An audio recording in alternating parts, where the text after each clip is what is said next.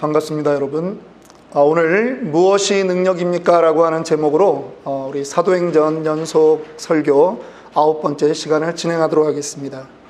제가 살던 곳에는 전통 오일장이 열리는 그러한 마을이었습니다.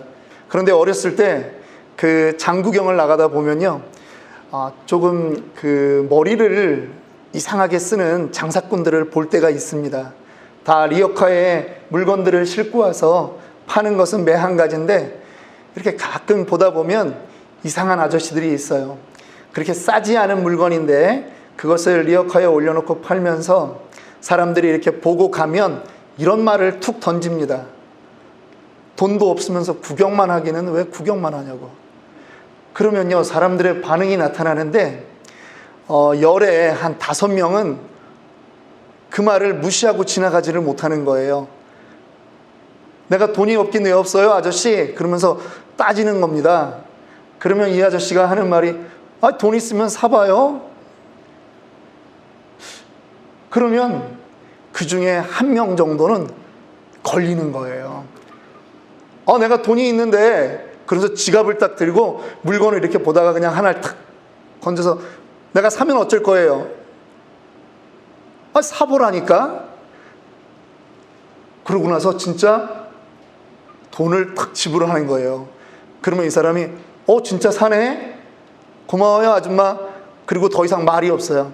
이 물건을 산 아줌마는 주변에 사람들이 다 보고 있는데 의기양양하듯이 그렇게 딱 사가지고 가는 겁니다.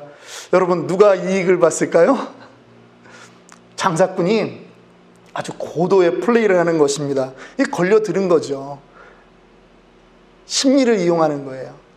주변에 장마당에 나와 있는 많은 사람들이 있는데 돈 없다고 무시했더니 나 돈 있다고 자랑을 하는 겁니다. 그러면서 어떻게 보면 자기한테 필요도 없는 그 물건을 사가지고 가는 거예요. 후회는 언제 할까요? 빠른 사람은 가다가 후회하고요, 늦은 사람은 집에 가서 남편한테 혼나면서 후회를 하게 되는 것입니다. 우리는 무시를 당하면 견디지를 못합니다. 그래서 세상은 우리에게 늘 이야기합니다. 너의 능력을 나에게 보여줘. 너의 능력을 나에게 보여줘. 세상은 우리를 그렇게 자극하고 있습니다. 그것이 이 세상의 논리입니다. 오늘 빌립보에서 2차 전도 여행을 나왔던 이 바울과 실라 일행들은 아주 큰 위기를 당합니다. 그들이 기도하는 곳으로 가다가 귀신 들린 여종을 발견하게 됩니다. 그런데 이 여종이 귀신이 들려서 어떠한 능력이 생겼냐 하면 사람의 미래를 알아맞추는 거죠. 혹은 과거에 지내온 일들을 알아맞추는 것입니다. 그래서 이 여자가 점을 치고 돈은 그 여종의 주인들이 벌어가는 것입니다. 그런데 이 여인이, 이 귀신 들린 여자가 바울을 보고 17절에 이렇게 이야기합니다. 이 사람들은 지극히 높은 하나님의 종으로서 구원의 길을 너희에게 전하는 자라.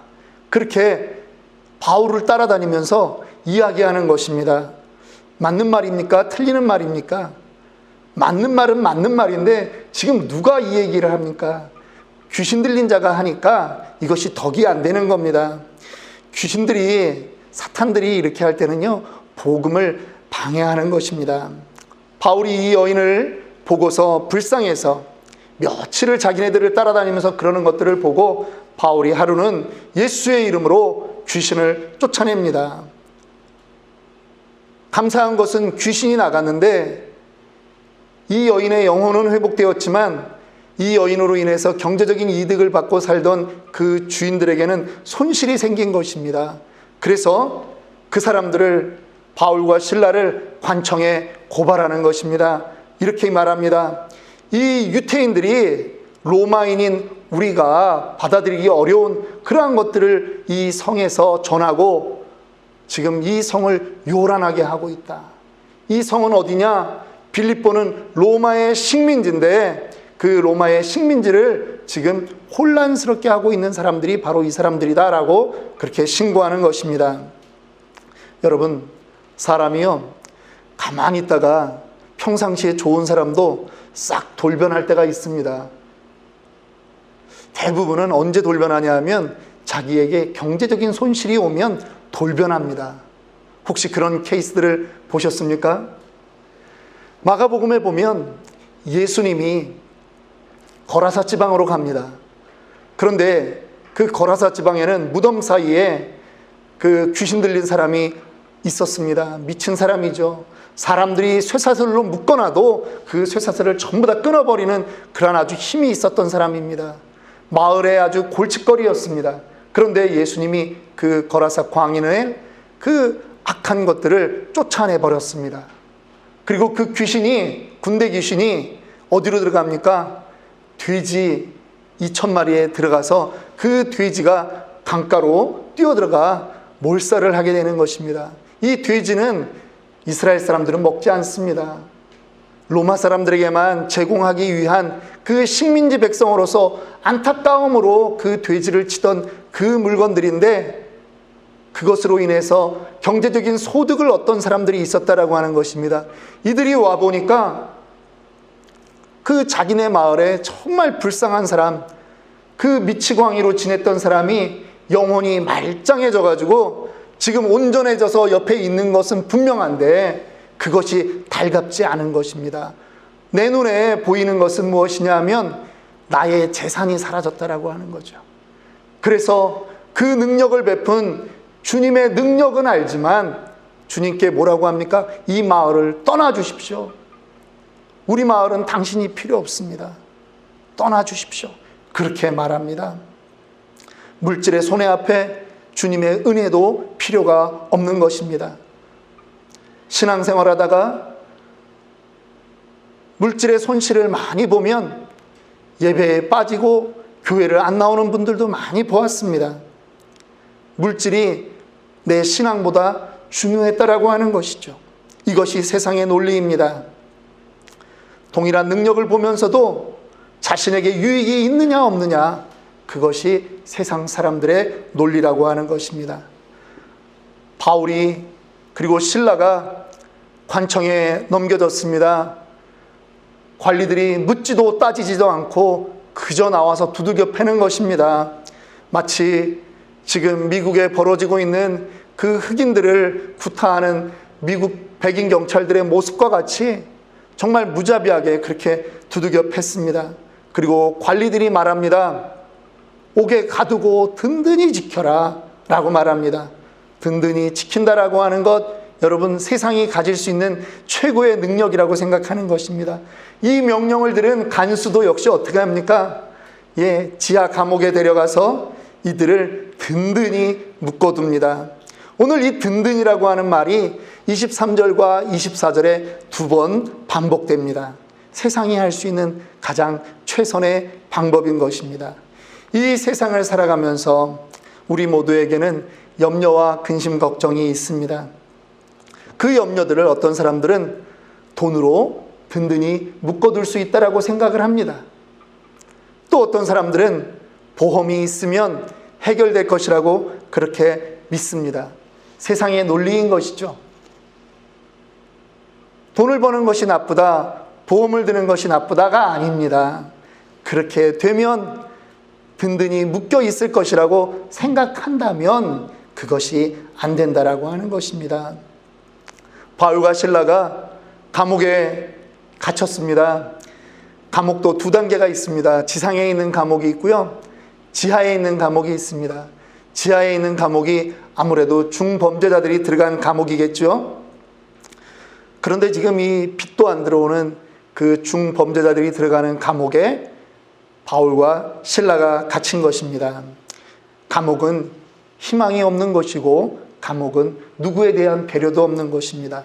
특별히 어두운 그 한밤중에 감옥에서 지낸다라고 하는 것은 정말 쉽지 않은 일입니다.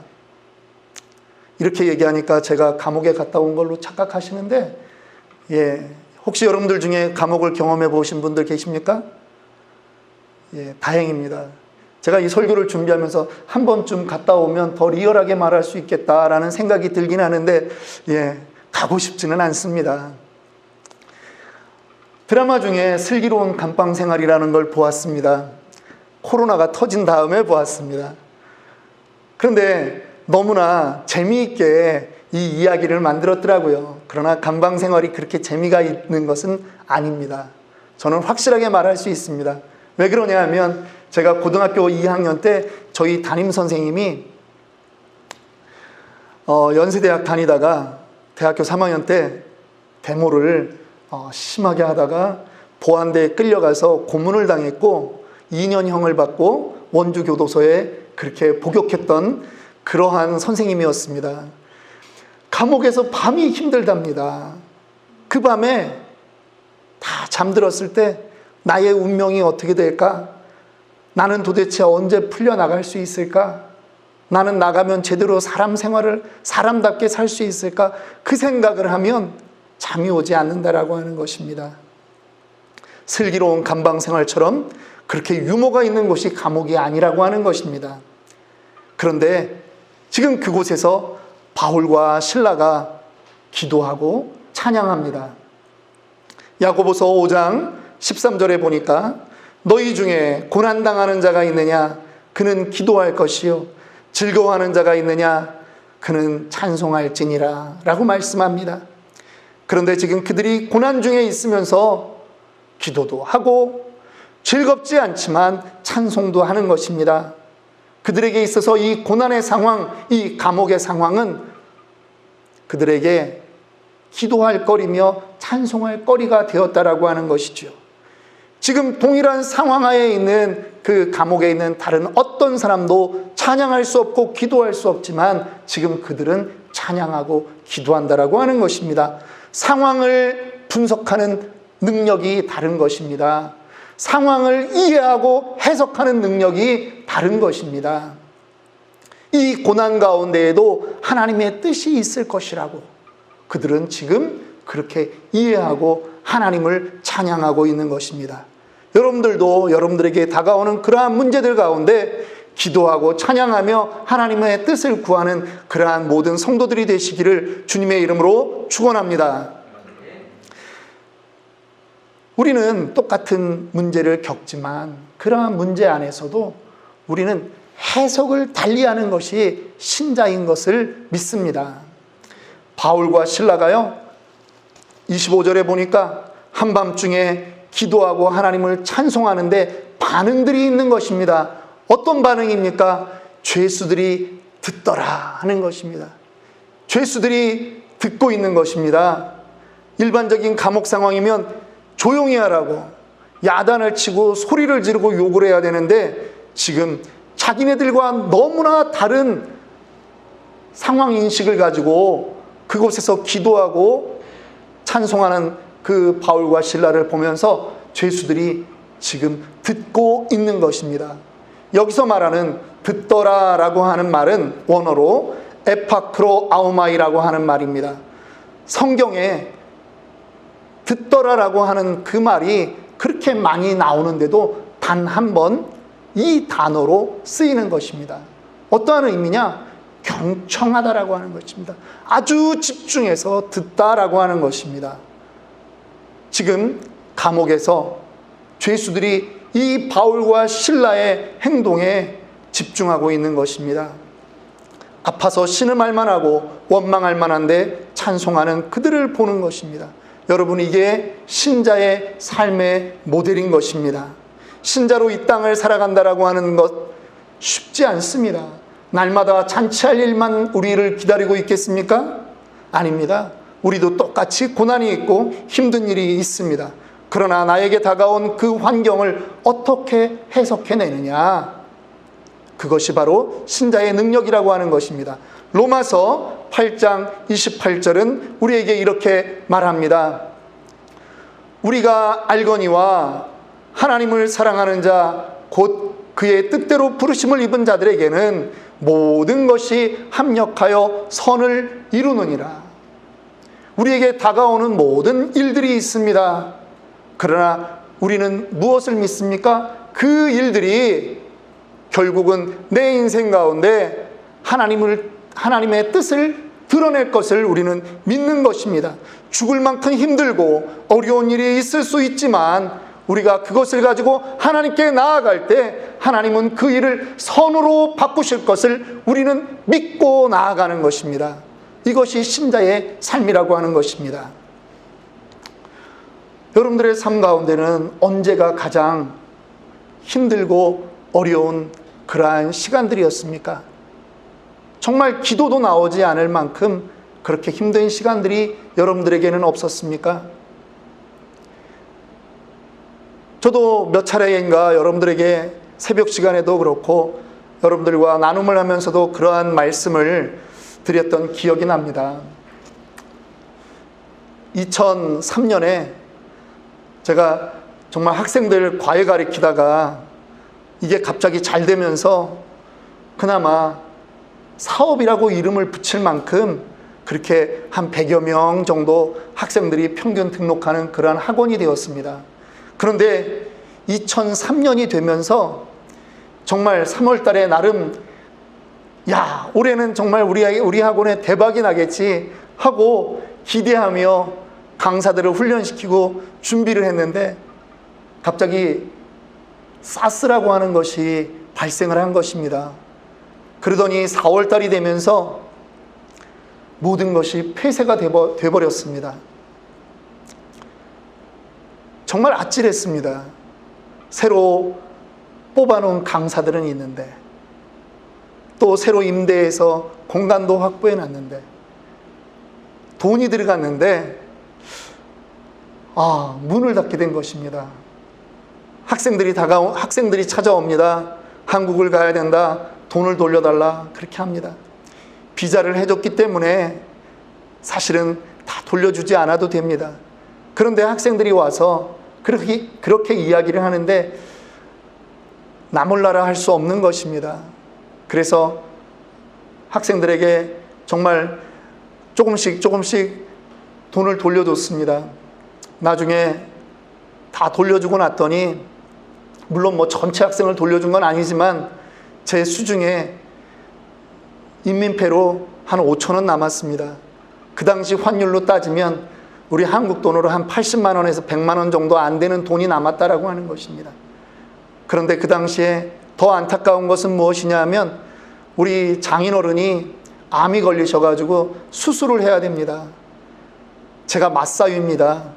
가족들이 한국을 나가게 되었습니다. 그리고 저도 가족들이 나간 다음에 한 주 뒤에 이제 학원은 어차피 문이 닫혀 있으니까 따라 나가게 되었는데 비행기표 다 끊고 이렇게 해보니까 수중에 20만 원, 30만 원 밖에 없는 겁니다. 맞사위인데 그래도 장인어른 수술하는데 이렇게라도 좀 쓰시라고 돈이라도 좀 넣어주면 얼마나 좋겠습니까? 그런데 그럴 돈이 없는 겁니다. 한국을 나가기 전에 약 일주일 동안을 집에서 혼자 지냈습니다. 저녁마다 잠이 안 오는 겁니다. 이게 언제 끝날지를 모르는 겁니다. 그리고 왜 이렇게 신세가 한탄스러운지 생각하면 자꾸 눈물이 납니다. 그때 불렀던 찬양이 있습니다. 기도할 수 있는데 왜 걱정하십니까? 기도하면서 왜 낭망하십니까? 하나님이 어떻게 하실지 모르지만 저는 그 하나님을 기대하며 하나님이 그래도 무엇인가 바꿔주시겠지. 나는 방법을 모르지만 하나님은 어떻게 해주시겠지. 이 찬양을 부르다 보면 눈물이 나는데 한 번도 끝을 다 맺을 수가 없었습니다. 한국에 2주간 나갔다가 다시 돌아왔습니다. 6월달이 되면서 학원 문을 다시 열게 되었습니다. 그런데 이게 웬일입니까? 그 당시만 해도 저희 학원이 가장 작은 학원이었는데 소문이 나는 것입니다. 다른 학원은 돈을 안 돌려줬는데 저 조준민이 하는 학원은 돈을 돌려줬다. 역시 유학생 출신 맞더라. 그러면서 학생들이 우는 겁니다. 첫 달에 100명이 왔고요. 그 다음 달부터 여름방학을 지나면서 계속 줄어들지 않고 학생들이 들어오면서 100명씩 늘어나는 겁니다. 바울과 실라가 하나님이 자기들의 인생 가운데 하나님이 어떻게 역사할지 전혀 몰랐습니다. 그런데 그들이 실망하지 않고 기도하고 찬송할 때 갑자기 이상한 일이 벌어진 것입니다. 땅이 진동하고 흔들리는 것입니다. 지진이 일어났습니다. 그런데 그저 자연현상의 지진이 아니라는 것이죠. 우리가 엊그저께 금요일날 밤 11시 반 이후에 느꼈던 그 지진이 아니라는 것이죠. 그저 흔들리고 마는 것이 아니라 옥문이 열리는 것입니다. 손발에 차고 있던 그 착고가 다 풀려지는 것입니다. 자기들만 그렇게 되는 것이 아니라 모든 죄수들의 옥문이 열리고 묶인 것이 풀려지는 역사가 일어난 것입니다. 누가 하셨습니까? 하나님이 하셨습니다. 사람이 아무리 든든히 묶어놓아도 하나님이 풀고자 하면 다 풀리는 것임을 믿으시기 바랍니다. 그들이 이제 할 수 있는 거 걸어 나오면 됩니다. 하나님의 사인도 보았겠다. 이제 걸어 나오면 됩니다. 보여주어야 됩니다. 이것이 하나님의 능력이라고 당당하게 나오면서 걸어 나오면 되고 선포하면 되는 것입니다. 그런데 그들이 나오질 않는 것입니다. 감옥에서 나오지 않았습니다. 이제 간수가 너무나 놀라서 달려옵니다. 간수 입장에서 열린 옥문을 바라보며 모든 죄수가 도망갔을 거라고 생각했습니다. 그리고 스스로 자결하려고 합니다. 칼을 입에 물고 죽으려고 합니다. 고대 사회나 지금이나 죄수가 도망갔다라고 하는 것은 간수 입장에선 중형을 면치 못하는 것이기 때문입니다. 그런데 바울과 실라가 그를 부릅니다. 우리가 도망가지 않았다라고 하는 것이죠. 네 몸을 상하지 말라고 하는 것입니다. 그랬더니 간수가 더 놀라운 반응이 나타납니다. 29절입니다. 간수가 등불을 달라고 하며 뛰어 들어와 무서워 떨며 바울과 실라 앞에 엎드리고. 여러분, 도대체 왜 무서워해야 되고 왜 무릎을 꿇어야 되는 것입니까? 아니, 간수라고 하면 로마 황제의 그 공무원으로서 가장 말단에 있는 사람 아닙니까? 로마 황제의 명령을 수행하던 사람이 왜 누구를 두려워해야 된다라고 하는 것이고 도대체 누구 앞에 무릎을 꿇어야 된다라고 하는 것입니까? 지금 간수가 죄수들 앞에 두려워하고 무릎을 꿇고 있다라고 하는 것이 여러분들은 이해가 되십니까? 도대체 지금 무슨 권위를 보았길래 이 간수는 그 두려움과 공경심으로 그렇게 무릎까지 꿇는 것입니까? 간수가 30절에 바울과 실라를 데리고 나가 질문합니다. 내가 어떻게 하여야 구원을 받으리까? 지금 가장 긴박한 상황에서 간수의 질문을 우리는 주의 깊게 생각해 보아야 됩니다. 여기서 구원이라고 하는 말이 우리가 죽어서 천국 가는 그 구원을 말하는 것은 분명히 아닐 것입니다. 여기서 구원이란 도대체 감옥에서도 기도하고 찬양할 수 있는 당신들의 그 담대함은 어디로부터 오는 것입니까? 도망갈 수 있음에도 불구하고 의연히 앉아서 자리를 지키는 그 당당함은 도대체 어디서 오는 용기인 것입니까? 세상의 황제조차 두려워하지 않는 당신들의 그 믿음은 어디서 나오는 믿음입니까? 바로 그 믿음의 근원을 묻고 있는 것이라는 겁니다. 그의 질문은 엉뚱한 것이 아닙니다. 그는 지금 자기가 눈으로 목격한 바울과 실라의 삶을 가지고 지금 질문하는 것입니다. 바울과 실라가 대답합니다. 31절입니다. 주 예수를 믿으라. 그리하면 너와 내 집이 구원을 받으리라. 우리의 모든 삶의 근원이 누구에 있다라고 지금 고백하는 것입니까? 예수 그리스도입니다. 여러분, 저는 여러분들에게 한번 질문하고 싶습니다. 여러분들도 여러분의 입을 열어서 예수 그리스도라고 한번 고백해 보시지 않겠습니까? 바울과 실라의 능력의 본질은 어디에서 온 것입니까? 예수 그리스도.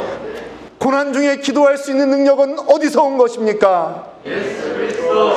감옥에서도 찬송할 수 있는 능력 어디서 온 것입니까? 예수 그리스도. 신자의 당당함의 보증은 무엇입니까? 예수 그리스도. 나와 내 집 구원의 보증은 무엇입니까? 예수 그리스도.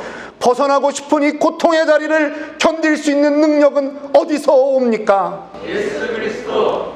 바로 바울과 실라의 그 대답은 우리의 모든 것, 우리가 이 자리를 떠나지 않는 우리의 능력의 근원은 예수 그리스도라고 하는 것입니다.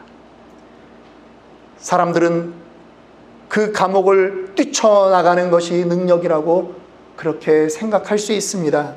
그러나 그렇지 않을 때가 있다라고 하는 것입니다. 예수님이 십자가에 달렸습니다. 로마 병정들이 예수님에게 말합니다. 네가 하나님의 아들이거든, 아니 네가 하나님이거든 그 십자가에서 내려와 보라. 주님께서 그곳에서 내려올 수 있는 능력이 없었을까요? 그러나 주님은 그 조롱과 멸시를 견디면서 그곳에서 내려오지 않는 것입니다. 주님의 진정한 능력은 십자가에서 내려와 가지고 그 병사들을 따귀를 때리는 것이 능력이 아니라 묵묵히 그 십자가에서 죽어주는 것이 바로 진정한 하나님의 능력이라고 하는 것을 알고 계셨기 때문입니다. 여러분, 때로는 죽음이 능력입니다. 말씀을 마칩니다. 바울과 실라는 분명 억울한 상황이 있었습니다. 그리고 그들은 그 감옥에서 나갈 수 있는 조건이 완성되기도 했습니다. 그러나 그들이 할 수 있다고 그들은 자기네들의 그 의지를 다 발휘하지 않은 것입니다. 할 수 있다고 해서 하는 것이 능력이 아니라고 하는 것입니다. 말할 수 있다고 해서 다 말하는 것이 능력이 아니라고 하는 것입니다. 할 수 있지만, 말할 수 있지만 참아야 되고 그렇게 침묵을 지키는 것이 때로는 능력이 되는 것입니다. 이 일을 통해서 죽을 수밖에 없었던 한 간수가 육신의 생명은 물론이요 영의 생명도 건졌음을 우리는 보았습니다. 이 간수를 통해서 그 가족조차도, 그 종들까지 모두가 생명을 구원받은 것을 우리는 보았습니다. 여러분, 우리는 이 코로나 사태를 지나가고 있습니다. 우리만 겪는 일이겠습니까? 아닙니다. 모두가 겪고 있습니다. 그런데도 우리는 이 시간을 정말 묵묵히 담담하게 지나가야 될 필요가 있습니다. 왜 그럴까요? 세상이 우리를 지켜보고 있기 때문입니다.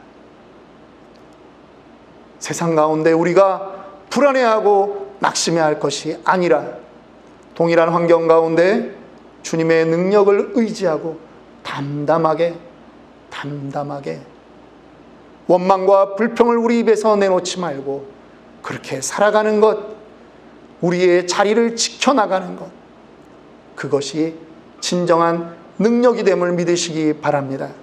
그러한 능력을 사모하며 살아가는 저와 여러분들 되기 원합니다.